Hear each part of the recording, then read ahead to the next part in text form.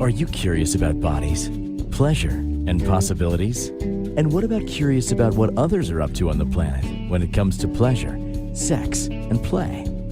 Have you considered what pleasure can do for your life, your body, and your bank account? Do you know something magical, delightful, and out of this world orgasmic is not only possible for you, but totally available to you? If you're ready to be the magical, sexual, sexy beast you know you can be, and you just need the tools to get there, you're in the right place. Now, here is the host of The Pleasure Zone, sex, relationship, and intimacy coach and holistic health practitioner, Milica Jelenic. Welcome, my sweet pleasure seekers. Today we are talking about women's pleasure. Isn't that fantastic? The last episode was, some basics about men's pleasure, the basic anatomy of body parts. A couple weeks ago, I had Googled what are the top questions related to sex. And I think because so many of my Google searches have to do with research and like finding research information and uh that sort of thing, more clinical studies and stuff, I found that the Google search did bring me to some stuff. I'm curious if you guys Google what are the top questions asked about sex. I wonder if you'll get the same stuff that I get, or if it's just happens to be that it's my algorithm. Well, what my algorithm brought was talking about some basics like basic anatomy, some basic questions like do women even like sex? And some other, there's some basic questions like why does my partner not seem interested? That can go both ways. Whether you're the whoever is whoever's in the relationship, it could be you not being interested or your partner not being interested, or why is your partner not as interested, all of that disinterestedness. Also questions like am I doing something wrong?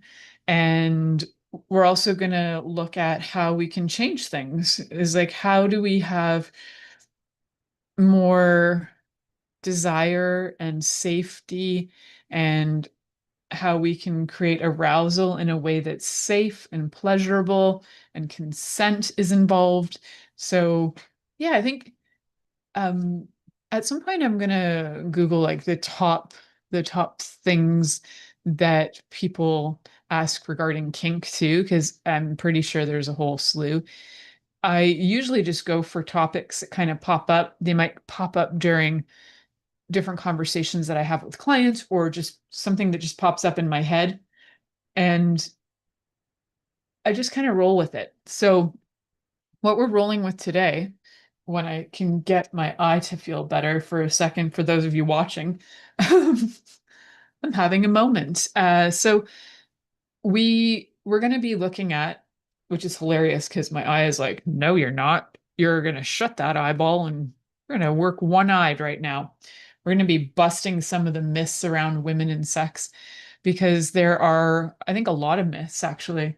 The myth that women don't like sex, it's is often a misunderstanding. Oh, and there's a lot of shows that I've put out there to explain all that. Over 11 years of episodes, guys. So you will be able to go back and find out, like, why is maybe there a disconnect? Like, why does it seem like my partner's disinterested? A lot of times you're going to find that it's lack of communication, lack of consent, lack of curiosity, lack of change. That's another good C word. Lack of consistency, which I know that sounds ironic, that change and consistency, but sometimes you want to change things up in the bedroom, but you want the consistency of your partner being there.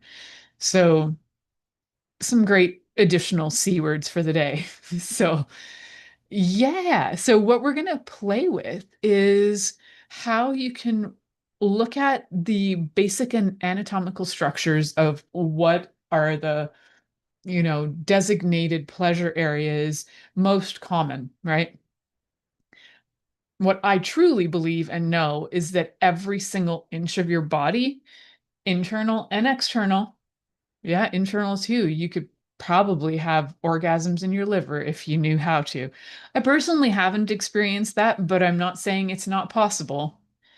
So every single speck of us, every single molecule that we are could have orgasmic energy, um, that we can either invite it in, that we can wake it up because, hey, we were created by an orgasm. So the chances are orgasmic energy is placed into us via that whole, you know, somebody had an orgasm, it was whoever had the sperm had the orgasm, and that is how you got created. So that orgasm got to be flipped into you, and congratulations, you now have orgasmic energy in you. Now, how do we wake that up in every cell of your being? I've talked about that on a lot of shows, playing with different things, touch, energetics, senses, and all that jazz. We will probably get a chance to talk a little bit about that more today too, but I want to give you guys some basics on anatomy. One of the things that I first want to point out is there is, if you actually Google how many nerve endings are in a clitoris, you're going to get a mixed bag. And one of the reasons, I actually just did this before we got on the show just to see if Google has caught up to some of the research that's been done that's in more current books. And it seems that my Google searches have not caught up to that. They haven't caught up to the fact that there are over 10,000 nerve endings in a clitoris, where they're still stating the old facts that it was, and they weren't facts actually. They were derived from bovine, which is cow clitorises, and they estimated them at over 8,000, at around 8,000, but it's truly over 10,000 nerve endings. Think about that. That is a bundle of sensation going on in a clitoris. And like, what is a clitoris? So we will dive into that. Wait a second, guys. What I just realized is you don't even know who I am. Maybe you do. Maybe you've listened to this show before because it's been on for 11 years. My name is Milica Jelenic, and I am a sex and intimacy coach as well as a holistic health practitioner. I love assisting people on getting them out of trauma and into pleasure. And the pleasure zone is where we have most of that coming to you for free, although you'll find lots of free information about that on the different platforms like TikTok and Instagram and Facebook and all the other places. So you get to have this information at your fingertips for free.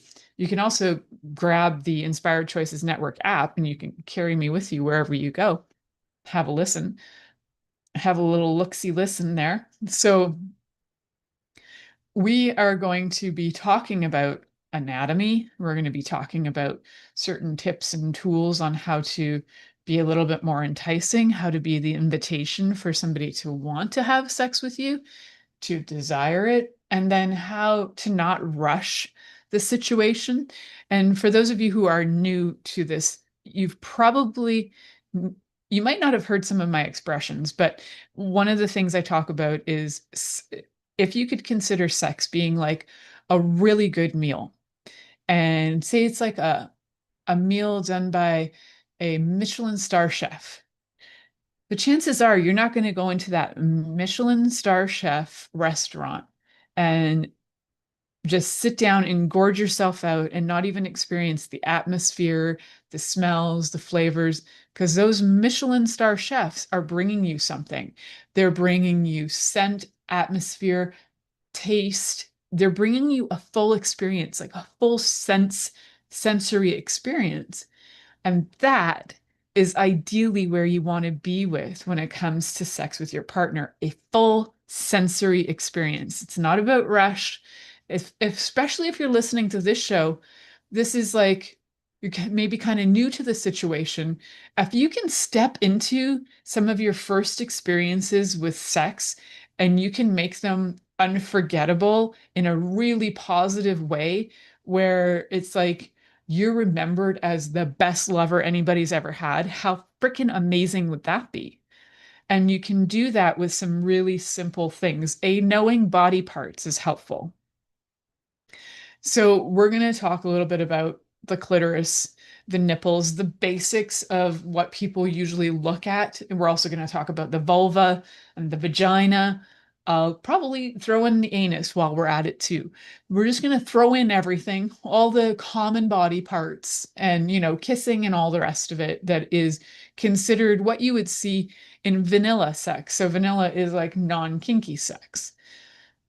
So we'll look at some of those very, very basic things and how you can turn those very great basics into something unforgettable. And why would you want to do that? Well, for one thing, like I said, savor it like you're at a Michelin star restaurant. Yeah, I think that's what it's called.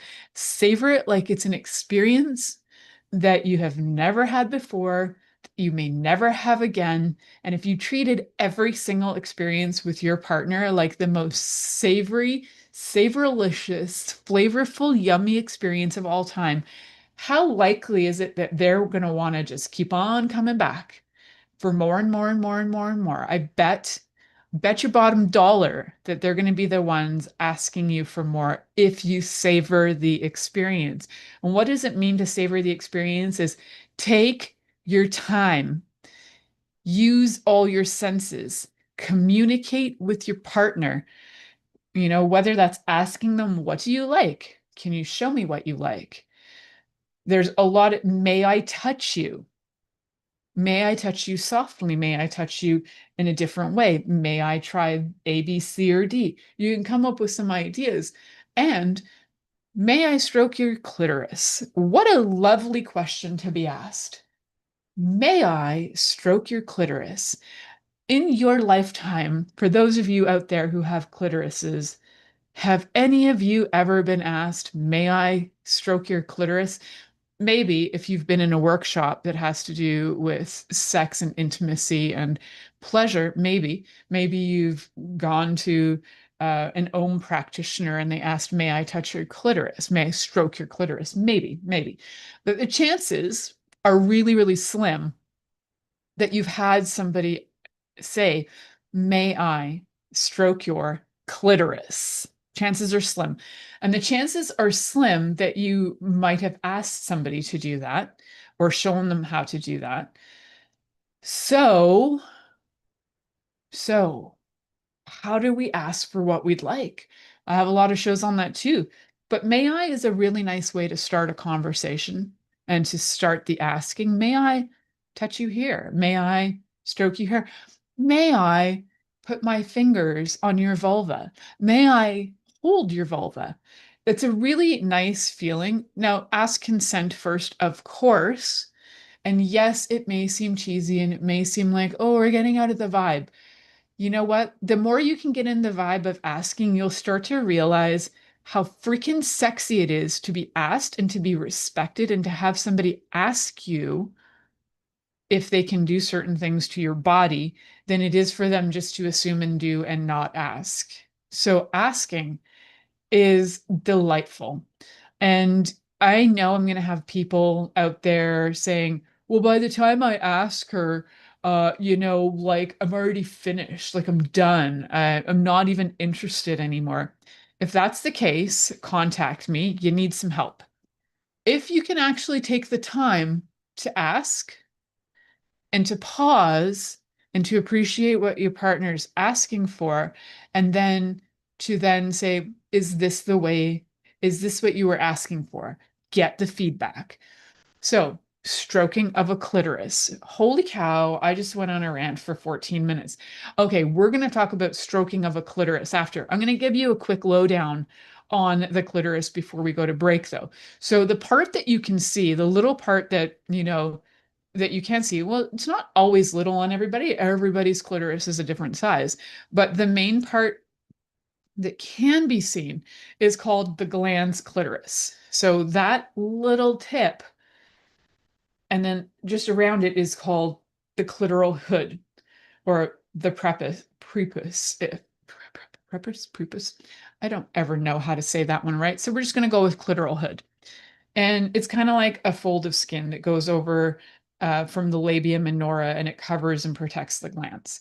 So sometimes you have to just retract the clitoral hood slightly. Sometimes not. Sometimes it's nice to have the clitoral hood on too while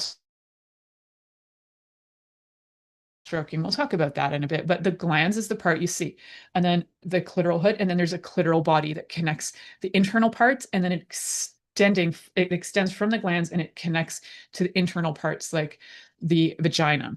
So there are two structures that extend back toward like the sides of the vaginal opening, and you can pleasure those too. We will get into all of that. So just know the clitoris is far more than you thought it was. It isn't just the little tip that you can see, it extends far back. And you might want to know some basics of stroking. So we will get into that because I think maybe not everybody knows some basic, and there's lots of different techniques, kids. So just some basics. All right. Okay. We will get back to that. You're listening to the Pleasure Zone here on Inspired Choices Network, and we'll be right back after this commercial. Are you secretly a voyeur, wondering what's going on in other people's sex lives? What if now is the time for a totally different sexual evolution? Are you interested in people who are pioneers of different sexual and pleasurable practices? Lean in now with Milica Jelenic, where she will entice you and your body to know your own pleasure zone. On the Pleasure Zone radio show, with sex, relationship, and intimacy coach, Milica Jelenic, you'll receive tools, inspiration, and a foundation to allow yourself to receive more in your sex life, and quite possibly other areas of your life as well.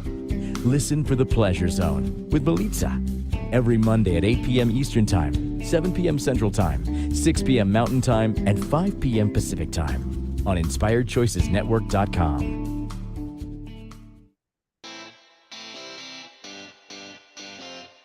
Are you a subject matter expert? Are you here to share your expertise with an audience waiting to hear from you in only the way you can deliver? Are you ready to have your voice amplified across the airwaves? Inspired Choices Network has a global radio platform streaming to millions of people across the world.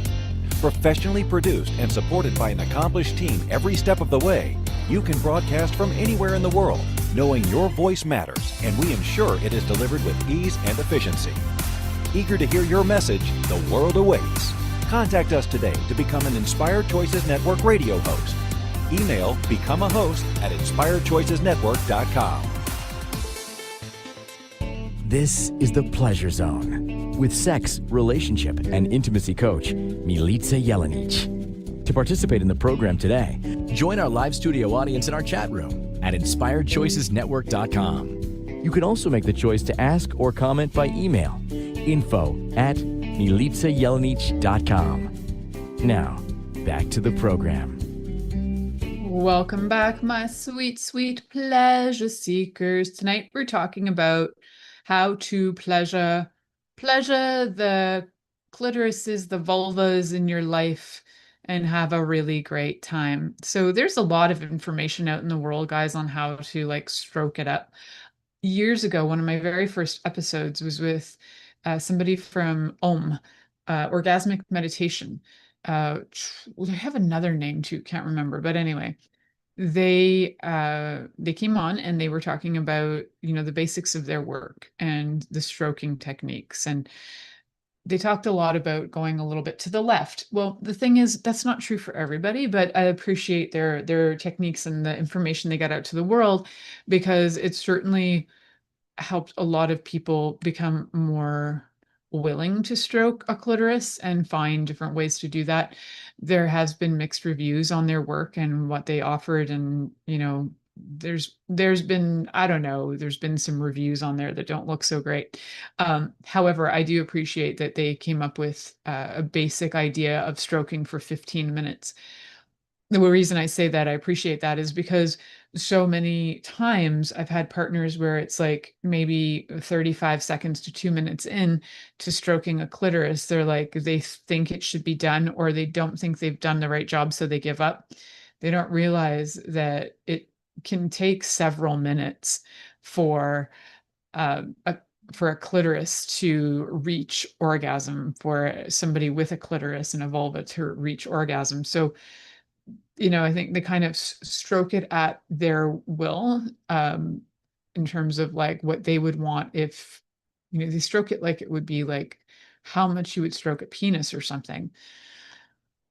Can't really tell you, but But what we do know, we're just gonna like throw in some, there's some terms, but they're just some basic techniques. Just gonna start with having some fun playing with the body, because, and I've said this many, many times on the show, do not make the orgasm the number one thing. The chances are the more you take that off the table, the more you just focus on the pleasure itself and connection, the chances are you're going to actually give more pleasure and connection.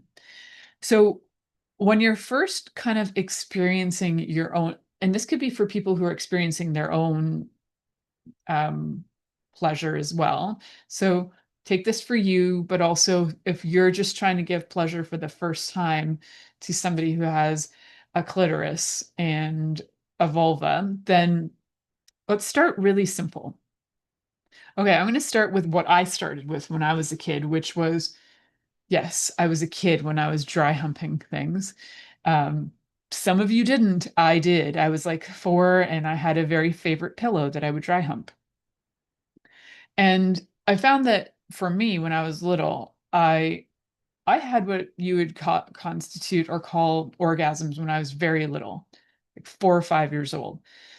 And I didn't know what they were. I just knew they felt really freaking good.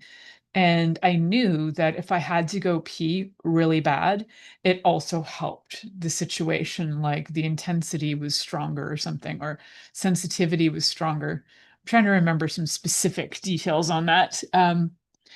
But I do know I had a favorite pillow. It was I had made the pillow. I did like it's too funny. So I made the pillow. I did like rug hooking. My mom taught me how to do rug hooking, and I had this pillow that had a mushroom thing on it. It was very 70s. Um, it was a very 70s craft done by, a kid in the 70s.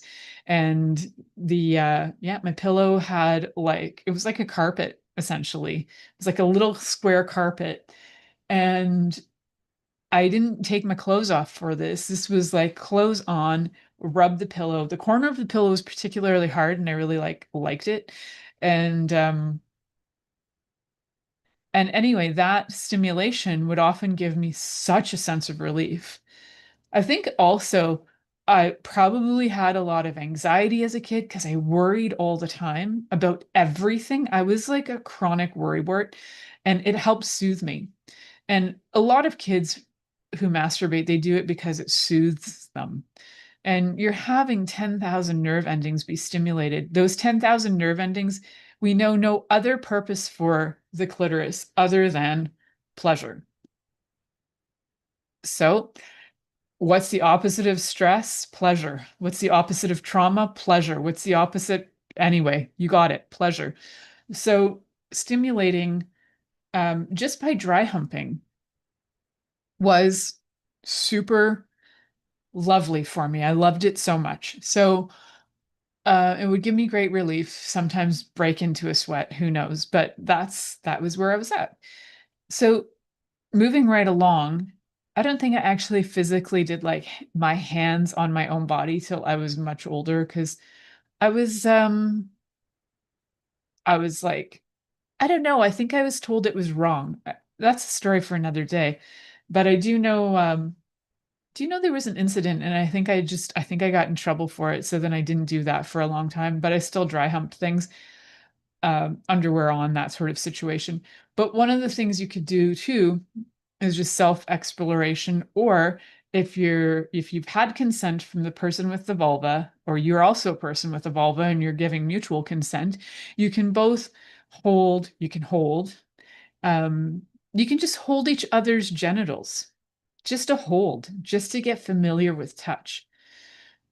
And sometimes just holding and breathing and getting eye contact can be super freaking sexy. If you have never had somebody touch you and your very first experience is somebody being incredibly patient and just holding your body, looking at you, and building the energy of excitement, even just a hand that you can sort of rub or grind against, kind of like the pillow, you know, the dry humping, but you can, be skin to skin for this. can be really delightful. So these are not like super skillful required, you don't need a whole lot of skill to pull these things off, right? Dry humping. You can dry hump your partner. It doesn't have to be a pillow, but for self-stimulation, different things work, right? You can rub up and down on a toy if you want to. You can rub up and down. If you don't want to rub up and down on somebody's hand, you could use other body parts, right? If you'd rather rub up and down on their leg or their arm, or their nose. Whatever works for you guys, whatever you've consented to. You can rub up and down to your pleasure. And back and forth, that sort of motion can work really well at first too. Sometimes some people don't like long strokes, so you might want to have shorter strokes, might want it to be more condensed, like in a specific area. So depending on the kind of body that you have, you might have to slightly expose the clitoris so that you can have more contact with it. But you can also check and see if that's too much, because sometimes having the glands of the clitoris fully exposed and then touched is like, it's like so much stimulation that it can be overstimulating. So sometimes stimulating that with the glands not retracted, just on the side. And you can test sides to see what side you like better. You could test the right side, test the left side. Maybe you like both sides. Maybe you like it more on the top. Maybe you like it deeper. And then checking pressure is super important. Do you want it lighter or a little bit heavier? I find that what happens is that there's a lot of times when the energy builds, that there's this tendency for people to just want to go faster, faster, faster. But the thing is, the energy's building because that's the correct speed. So stick with it. That is also a tip. I think I mentioned it in the penis show. It's actually like in sex and intimacy coaching, we watch a lot of interesting videos, and one of them specifically talks about when you find the rhythm, stick with the rhythm. So, because that rhythm is what has stimulated the body. You might feel like you want to speed up, but what's actually happening is your heart rate is already speeding up. So stick with that. You might change the pressure slightly. And what you can also do, if you've never masturbated and you're hoping that somebody else is going to be able to stimulate you in a pleasurable way, maybe even leading to orgasm, I highly encourage you to do that for yourself first and find out what you like. Find out the pressure you like, because it can otherwise become very frustrating. So find out what you like. And if you're comfortable, do a little show and tell, because show and tell can be incredibly helpful. If you're not comfortable doing the show and tell, just doing the tell maybe is good too. Definitely giving some guidance. If the person doesn't have a lot of experience, don't expect that they know, because whatever they've probably seen has been from pornography, and pornography is not education. I cannot stress that enough. Pornography is not education. It is solely there to get your brain to be stimulated so that you're basically on a dopamine high. So that is what you're gonna want to figure out what and how your partner like wants to be stimulated, that has the vulva slash clitoris slash the whole shebang. So you can also, that's kind of like, so we talked about holding. Now you can stroke, right? You could go direct to the clitoral hood. You could go with touch, with toys, with your tongue, with different things. But to keep it really basic, it's about the stroke direction and the stroke pressure. So if you're getting in the right direction at the right speed and the right pressure for that person, that will be really helpful in helping them to reach climax. So it's good to ask for feedback. Is this a good speed for you? Is this good pressure for you? Is this good direction for you? Can you show me what would make this even better for you? Sometimes the making it even better is like, keep all that going. Now stimulate the nipples, sunshine, or keep that going and kiss me while you're doing it. So I think I did a show on kissing like years ago. Um, Kissing is a really good basic to know as well. Maybe I'll be doing a show about that next week. We'll see. So many different ways to kiss. I think I did do a show on kissing. So anyway, so clitorises. The way I see it is there are as many ways to stimulate a clitoris as there are people. So finding people that have clitorises. So finding what works for one person is not going to translate to another person. It's always good to ask and definitely use some basic knowledge. Check out your stroke direction. Does a person like circular, up and down on one side or the other side, more on the top, different directions that way? One direction maybe more than the other, maybe clockwise over counterclockwise, maybe more pressure on the downstrokes and the upstrokes. So you can like start to get a feel for what works, and then speed, all of that, super helpful and important. Okay, kids, you are listening to The Pleasure Zone here on Inspired Choices Network. I'm your host, Milica Jelenic, and we'll be right back after this commercial. Are you secretly a voyeur, wondering what's going on in other people's sex lives? What if now is the time for a totally different sexual evolution? Are you interested in people who are pioneers of different sexual and pleasurable practices? Lean in now with Milica Jelenic, where she will entice you and your body to know your own pleasure zone. On the Pleasure Zone radio show, with sex, relationship, and intimacy coach, Milica Jelenic, you'll receive tools, inspiration, and a foundation to allow yourself to receive more in your sex life, and quite possibly other areas of your life as well. Listen for The Pleasure Zone with Milica every Monday at 8 p.m. Eastern Time, 7 p.m. Central Time, 6 p.m. Mountain Time, and 5 p.m. Pacific Time on InspiredChoicesNetwork.com.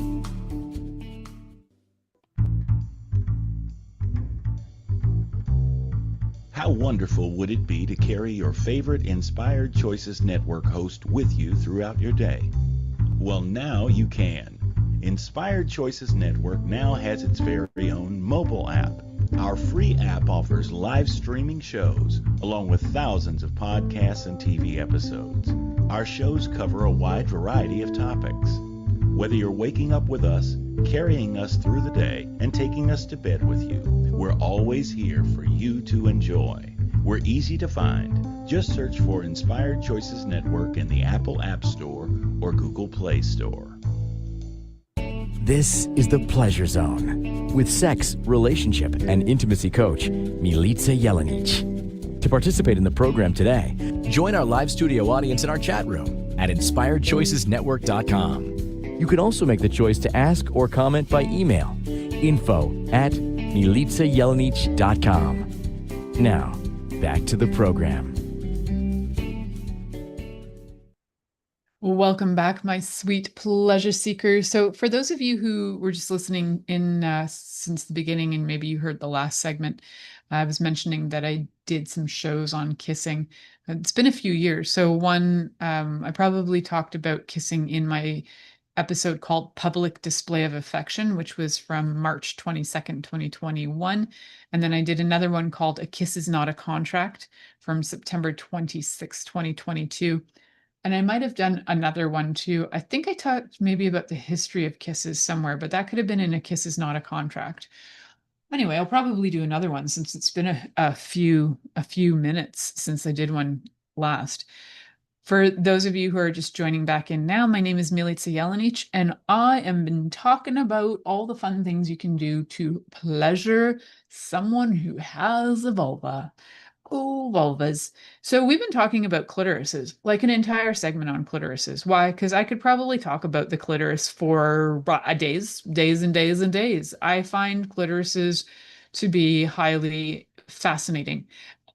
I could literally go on about them because we're not the only animals with clitorises, which I also find fascinating. So, and some people will be offended. Yes, we're animals. Anyway, just my fun fact for you guys. So we were talking about different ways of stimulating a clitoris. I mentioned like certain things you could start with is over the clothes kind of play, which would be more like uh, dry humping or touching on panties, or then you could take it to the next level where you're just holding each other's genitals, or having your genitals be held. You can rock back and forth on that, or just have them kind of move back and forth, just to get like a gentle pressure kind of going onto the clitoris, but also having a lot of patience, kindness, calmness around the touch. This is really helpful, especially if somebody's had trauma, and you're just taking some sweet steps on how to get re-engaged with touch. All of this requires permission. So you need to consent, which means you need to be of age of consent, whatever that age is where you live. So unless you're doing this to yourself, and in that case, and you're doing it to yourself in your privacy of your own home, wherever privacy, that's your business if you're not of age of consent. Anyhow, so so yeah, the holding, cupping, then stroking, talked about pressure and direction, circular, back and forth, sideways, whatever floats your boat, different directions. I don't know, maybe you like to make X's. You can also start really gentle and just see what it feels like to have like a tapping sensation, just like Morse code on your clitoris. If you happen to be with somebody who knows Morse code, they could tap out, "You are so sexy," with their tapping technique. There's something to try. So tapping will start to stimulate that area, and it's not going to be like overwhelming. And you can tap directly on the clitoris to the sides. You can also tap on the labia majora, so on the sides, and you know, touching the labia minora too. Like, so everything and if you're not sure what those are, if you just pull up, Google that, because I can't show images on here. If you just Google what that anatomy looks like, you'll get some cartoon versions of it to help you. So holding those areas, sometimes even stroking not directly the clitoris, but stroking where the legs of the clitoris would be, can be helpful too. So, like the clitoral body and the crura, the legs of the clitoris, they kind of have this, like, if you know what a chicken bone looks like, they kind of come down like a chicken bone, and the tip of it would be the tip of like what would be the chicken bone would be equivalent to the head of the clitoris. So that's the best way I could describe it to you, without actually showing you. And one day I will have a vulva puppet one day. Right now I don't have one. So getting some getting some of that area stimulated, either by holding, by stroking, light stroking, sometimes even sometimes people like a little pressure in that area, just like pressure in, because there's so many nerves running through there. It can help the body get calm if you are patient and you're present, which is a really good, another P word, patience and presence. Those can be incredibly helpful in allowing the person that you're with, the vulva owner, to be able to be calm, to relax, to have more pleasure. More pleasure can lead to orgasm, because having some of the stress hormones running in your body that could come from fear, or there could be past traumas that would have these things come up, things like your body going into fight or flight instead of relaxing and going into pleasure. So when your body goes into fight or flight, you've got like cortisol and epinephrine running through your body. So it's like you'd rather fight or flight. And your body isn't going to connect in a way where you can sense the pleasure, and even to be able to make a decision, a choice, an educated choice consensually about what you would like. So bringing the body into calm and then being able to ask questions about stimulation can be like, how, would you like it slow or fast, this direction or that direction? And they might not know. And then you get to play around and then you can ask, did you like this way better or this way? And keep note. That shows that you're present and that you're interested and that you're curious and that you actually desire to gift this person an experience. It doesn't mean an orgasm, but an experience that can be really healing, right? So not every time you stroke a clitoris does it need to lead to an orgasm. It can, but don't put the pressure on the person to have that, especially if it's their first time or even their 20th time, because there can be different circumstances that could lead to them having stuff going on. It could be emotional or whatever that's affecting them. So be present with your partner. It's such the sexiest thing you can do. Okay, I've talked a lot about that. I could, like I was saying, I could talk about that forever. Remember, there are other body parts. So, like, also play with the nipples if they like to have their nipples stimulated. I personally can have orgasms from nipple stimulation. I know other people who can too. And the craziest part is, and a lot of researchers agree on this, is that all orgasms are in the brain because that's where our pleasure center is. It's all the different parts of our bodies that get stimulated, sends the message to the brain, and then it's all about having the brain send information back and allow your body to have the orgasmic experience. So yes, I can have orgasms through nipple stimulation, and I know other people can too. I'm not solo on I'm not the only person on the planet that can do that. So just making that okay as well, right? So it doesn't always have to come to be the same thing. It's also really rare at first for women to have orgasms through vaginal stimulation. Even though the clitoris runs deep in there, there's only about 2 inches into the vaginal opening that have the most sensation. Although there's been recently like acknowledgement that even the cervix has sensations. You can get uh, cervical orgasms as well. So that is something I have experienced in my life. I have a really long vagina. If it translated out as a penis, it would be like a 10-inch penis. So, in order to have the cervix stimulated, there has to be something quite long go inside.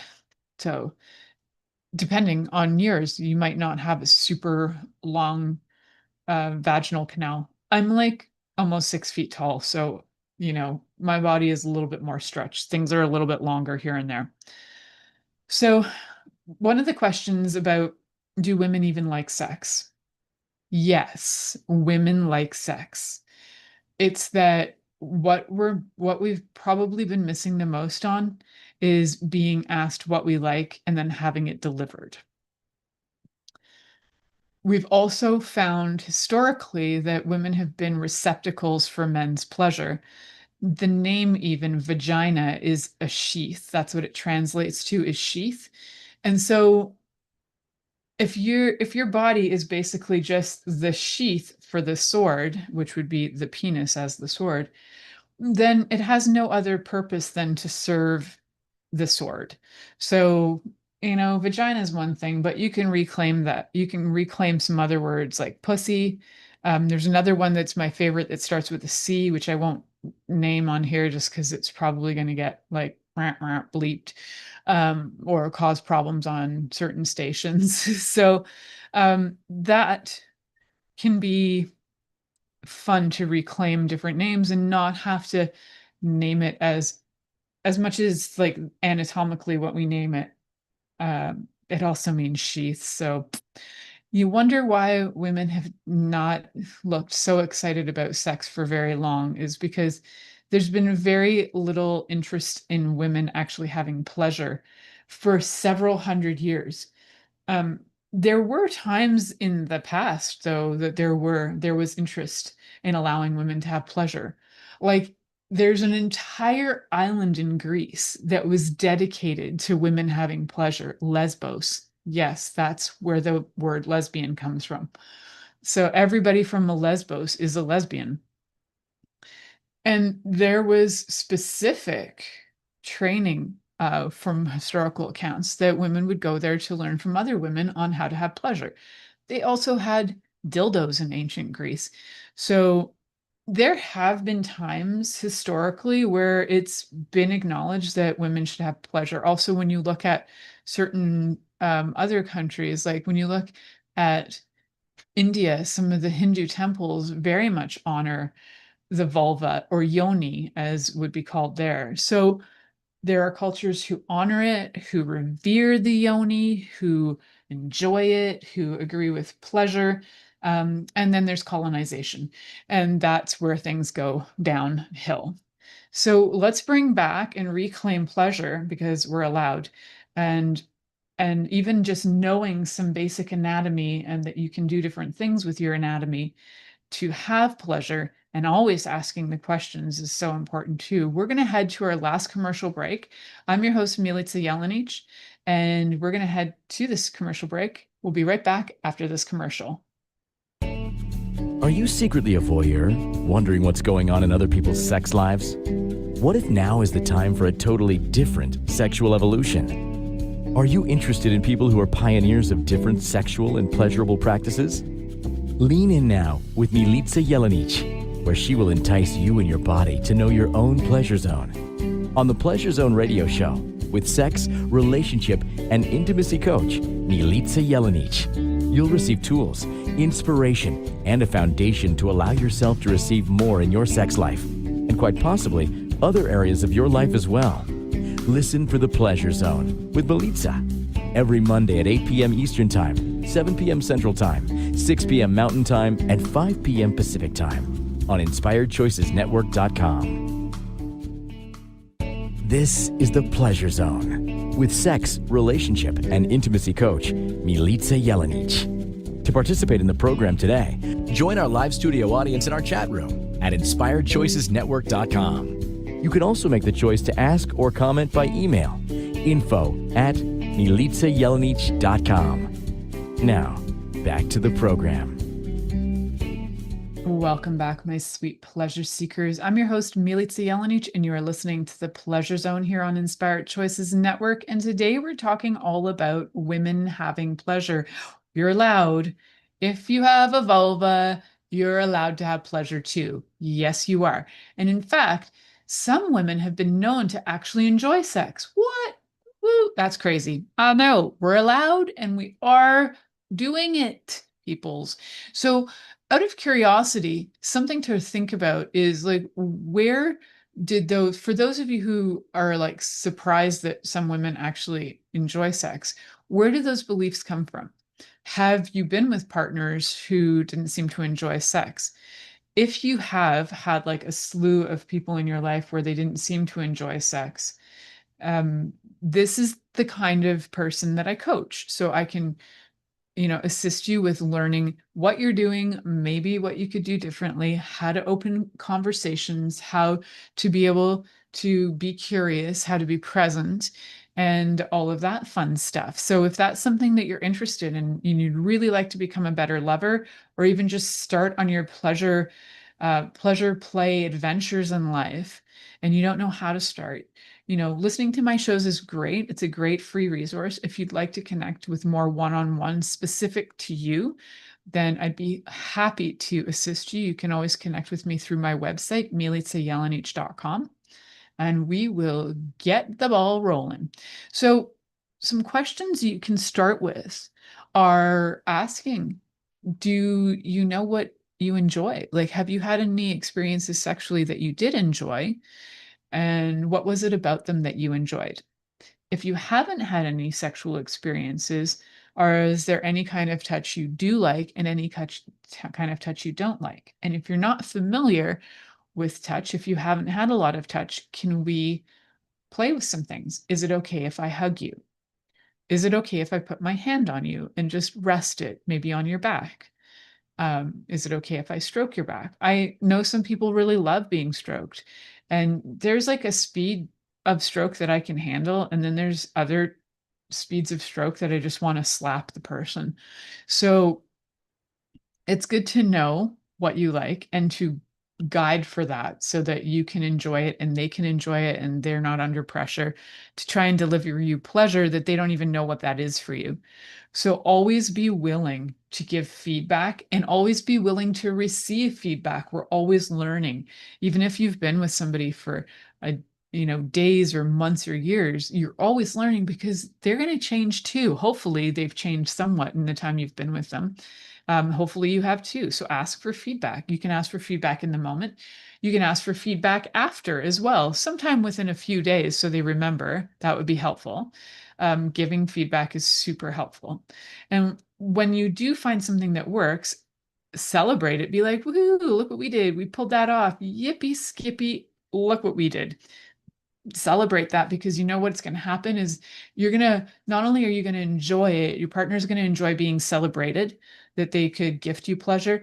You're going to enjoy celebrating that because now you're going to be like, wow, that showed up. It's going to create a connection between you and your partner. Celebration is a great way for connecting. So that's another great word, celebrating, C word. So celebrate your wins for sure. And some people high five, which I love. And I also love to give a big thank you at the end. Like gratitude, I think is super important. So definitely give some gratitude, give some high fives, give some like woohoo, like I don't know, cheers, whatever that is, whatever works for you. But remember to enjoy it, right? It's and especially giving good feedback after, like somebody wants to hear the good feedback, they'll come back for more. So, ooh, I loved it when you did this, this, and this. You are the clit master. Oh yeah, something like that. Give the feedback. If you struggle with words, then even writing them is great, right? So some way of communicating them is fantastic. So just letting you know, if you are new at this, you're not supposed to be walking into this as an expert. You got to think of any physical skill you've ever learned.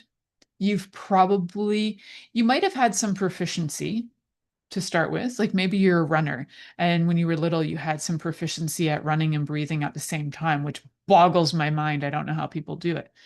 But you might have some basic knowledge and skill. You might have had some kind of innate um, talent with sex, but for the most part, it is a learned skill. And it is okay to keep learning. And it is also okay to think of it as a skill that you can develop and you can practice and you can try new things. If you're a guitar player, you're not necessarily going to pick up a guitar and be super expert from the start. Even if you are a prodigy, you might pick it up and know one or two things, but you're not going to know every song under the sun right away, because you probably haven't heard every song under the sun right away. So if you're doing like the Suzuki method or something, so you can absolutely look at this as a learning experience and how much you can learn and grow. You can make it even fun and give each other, I don't know, report cards if you wanted, like fun, playful, sexy report cards. You got an A+ in oral sex, you got an A in anal, and you got an A in something else, and you got a B- in kissing. So let's improve on that, kids. So you can make it fun and playful and make it so the feedback is playful. And then you can also give the feedback of what could be improved, just like a teacher would when it comes to school. You get your feedback. I think it's because like report card time maybe is coming. I don't know why that idea is coming to me, but anyway, have fun with report cards, sexual report cards. So if you have enjoyed the show, which I hope you have, if you've been listening to this point, you must have, or you just fell asleep and it was still running, but thank you for falling asleep while it was still running, because it counts as a good listen for me on whatever platform you're on. If you'd like to connect, if you are going through anything where you're struggling with sex and intimacy, and maybe you're struggling with pleasure in general, you can always connect with me through my website, milicajelenic.com. That's MILICAJELENIC.com. You can always book a time with me, a little meet and greet. Thank you for choosing to listen to The Pleasure Zone with sex, relationship, and intimacy coach, Milica Jelenic. We'll return next Monday at 8 p.m. Eastern Time, 7 p.m. Central, 6 p.m. Mountain Time, and 5 p.m. Pacific on InspiredChoicesNetwork.com. We hope you'll join us. Until then, have the best week of your life by choosing to be turned on and tuned in